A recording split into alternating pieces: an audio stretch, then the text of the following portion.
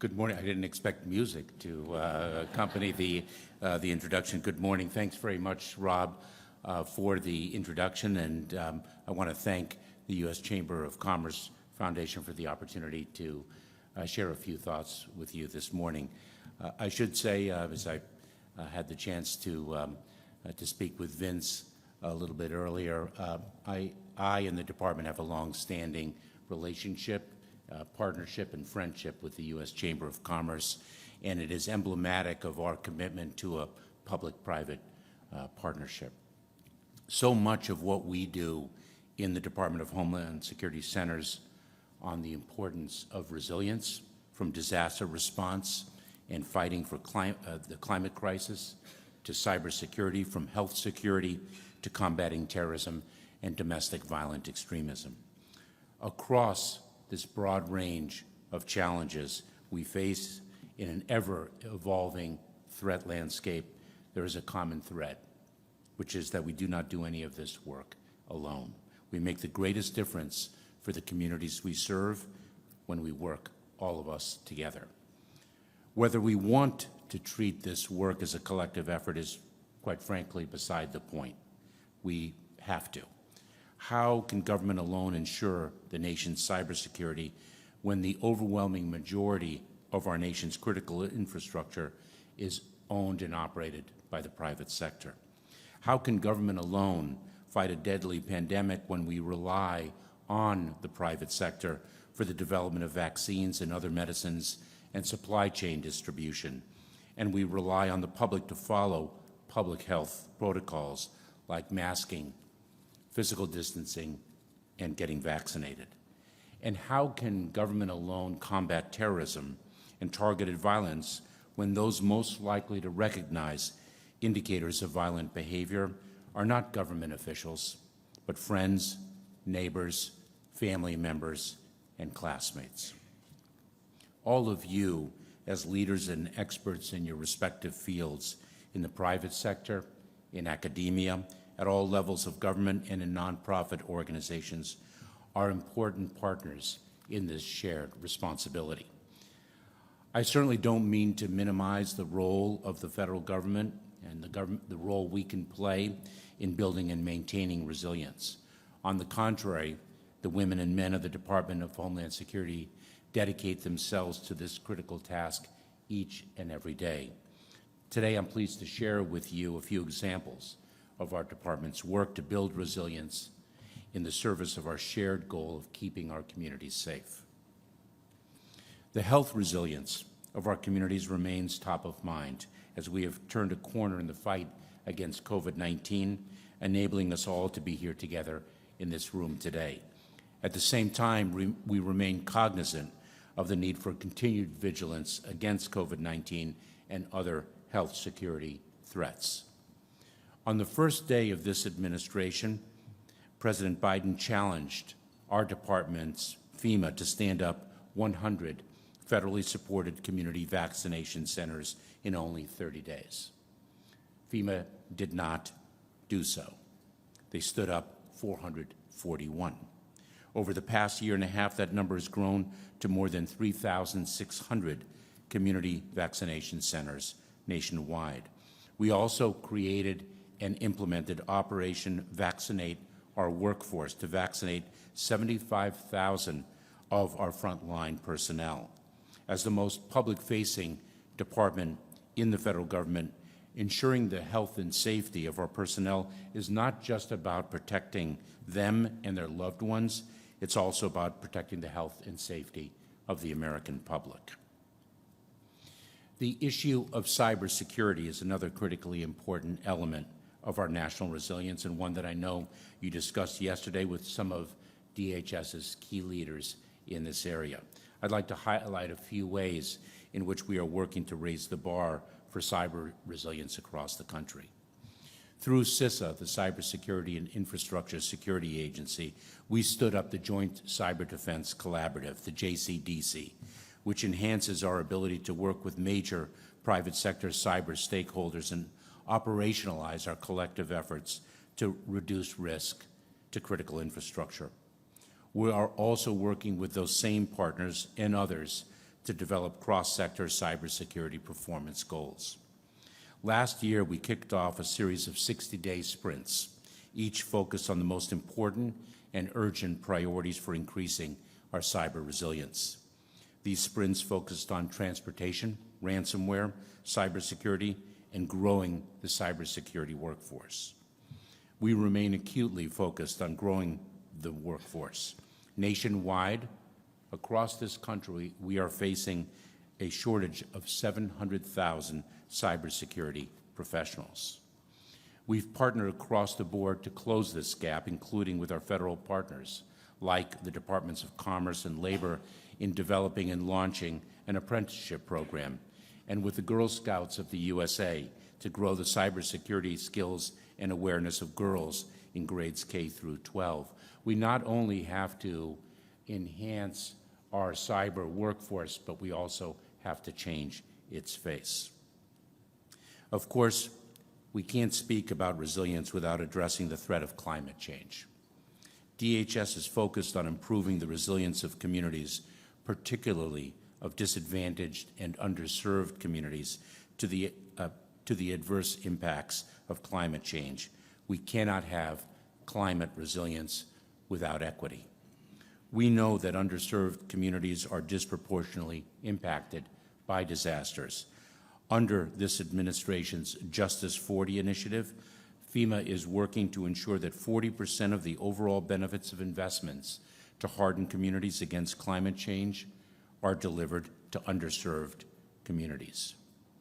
Yesterday, you heard from FEMA's Deputy Administrator, Eric Hooks, about one element of the Justice 40 initiative, the Building Resilient Infrastructure in Communities, or BRIC program, and the twofold increase of available funding to $2.3 billion for fiscal year 2022. This program will help communities increase their resilience to extreme weather events and natural disasters by helping them to prepare beforehand through research-supported proactive investments. Through our Science and Technology Director, we're working to find innovative solutions to help increase our community's resilience to disasters. A few of our projects include low-cost flood sensors, early detection sensors for wildfires, and delivering information on evacuation routes to people in endangered areas through our integrated public alert and warning system. Let me take a step back and share with you a powerful example of why we have to work together and the fact that we can't do this alone. Kentucky, a particular area of Kentucky, suffered tragic results of a tornado of unprecedented gravity and duration. And in the immediate aftermath of that tornado, I visited one of the towns that was devastated, Mayfield, Kentucky. And when I say devastated, I mean the entire town was destroyed, except for the resilience of its residents. Not just homes, not just businesses, but the departments, the headquarters of the emergency responders, the place of worship, the bank, everywhere where people's lives were lived, and everywhere where their personal resources were retained.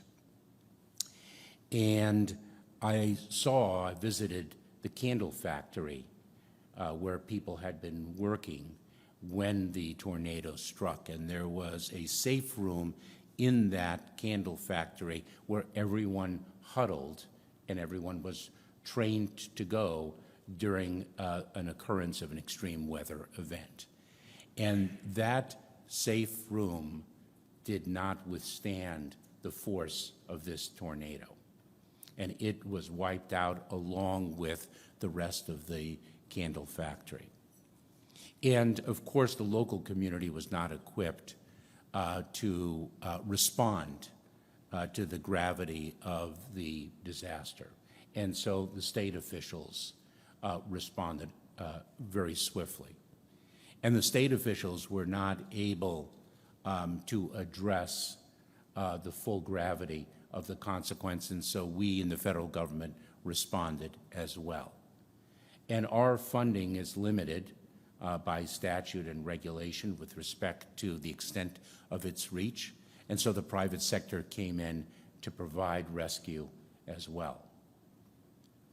And so it required an all-of-community, an all-of-society response to deliver immediate emergency relief for people who no longer had anything.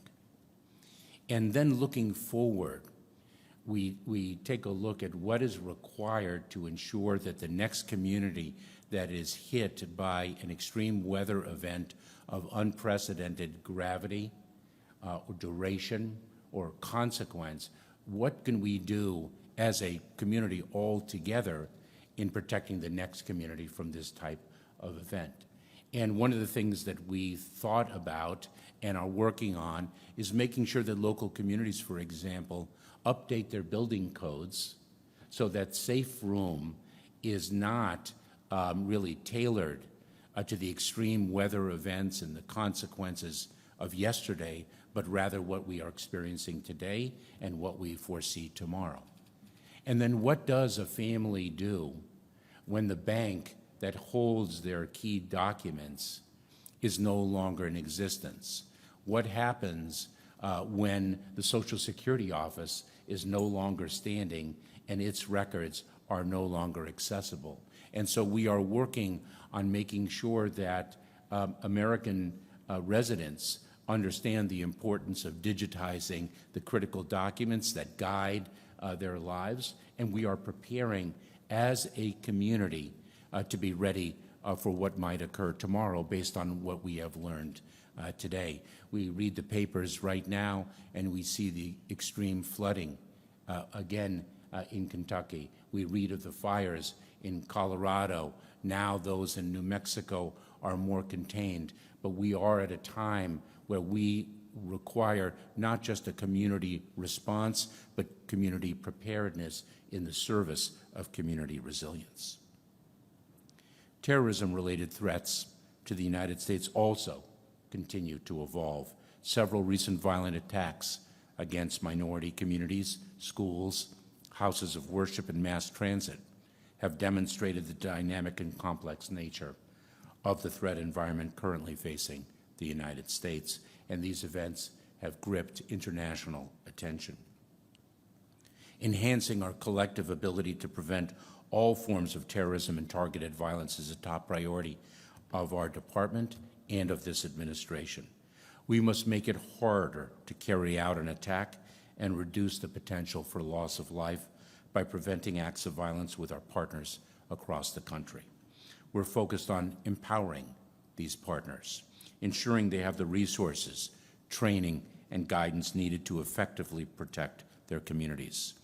Our Center for Prevention Programs and Partnership, or CP3, provides financial, educational, and technical assistance to support our partners in building and implementing capabilities that help prevent individuals from radicalizing to violence. We have a number of grant programs available to help communities increase their preparedness and get the resources they need to build their resilience. Last year, I designated domestic violent extremism as a national priority area within our Homeland Security Grant Program and dedicated a minimum of $77 million to preventing, preparing for, and responding to domestic violent extremist threats nationwide. We have more funding to offer in this year's grant programs. This year, we're providing $250 million in funding to support physical security enhancements for nonprofits at risk of terrorist attacks through the Nonprofit Security Grant Program. It's an increase of $70 million from last year, a tangible recognition of the threats facing houses of worship and other nonprofits. This year, we're also awarding $20 million to state, local, tribal, and territorial governments, nonprofits, and higher education institutions through the Targeted Violence and Prevention grant programs. You know, at the beginning of the establishment of our department, the greatest terrorism-related threat that we encountered was the foreign terrorist who wanted to enter the United States and do us harm. And that evolved over the course of the years. That threat, of course, did not disappear, nor has it disappeared. But in that 2012, 2014 area, what rose to our attention was the homegrown violent extremist, the individual already resident in the United States, radicalized by a foreign terrorist ideology, and thereby seeking to do us harm. And we responded as a department, as a federal government, by going into the communities and trying to address that threat landscape. And we, I think, were ineffective in doing so fully because we had not yet closed the gap of distrust between a department like ours and the communities we serve, and particularly minority communities. Now what we see is not the homegrown violent extremist as the greatest terrorism-related threat, the individual radicalized to violence by a foreign terrorist ideology, but rather we're seeing a radicalization to violence born of an ideology of hate, false narratives, personal grievances, other narratives propagated on social media and online platforms. The prior iterations of the threat, as I mentioned, have not disappeared, but we've seen a different brand of threat, if you will, rise to the surface. And here again, the federal government cannot do it alone. If we take a look at the tragedies of Buffalo, New York, Uvalde, Highland Park, what we see is individuals who were exhibiting signs of descending down a path and seeing signs that dissension was accompanied by an increasing interest in violence. And it is not the federal government that would see those signs in the first instance, nor would it necessarily be local law enforcement. But who is it? Who is it? It is sometimes the family, sometimes friends, a school teacher, a neighbor. And it speaks to the need to work as a community in addressing a threat of domestic violent extremism, and it speaks of the broader need to work as a community in addressing the many challenges we face. Resilience is really defined as a community phenomenon, and it requires a community effort. DHS, our department, brings a lot to the table. Grant dollars, information sharing, technical assistance and best practices, in addition to our own operational capabilities and our extraordinary people. But we're only effective in building resilience when all of us are sitting around that table together. I want to thank all of you for claiming a seat at the table. On behalf of the personnel, the dedicated and talented personnel of the Department of Homeland Security, I very much look forward to our work together. Thanks so much.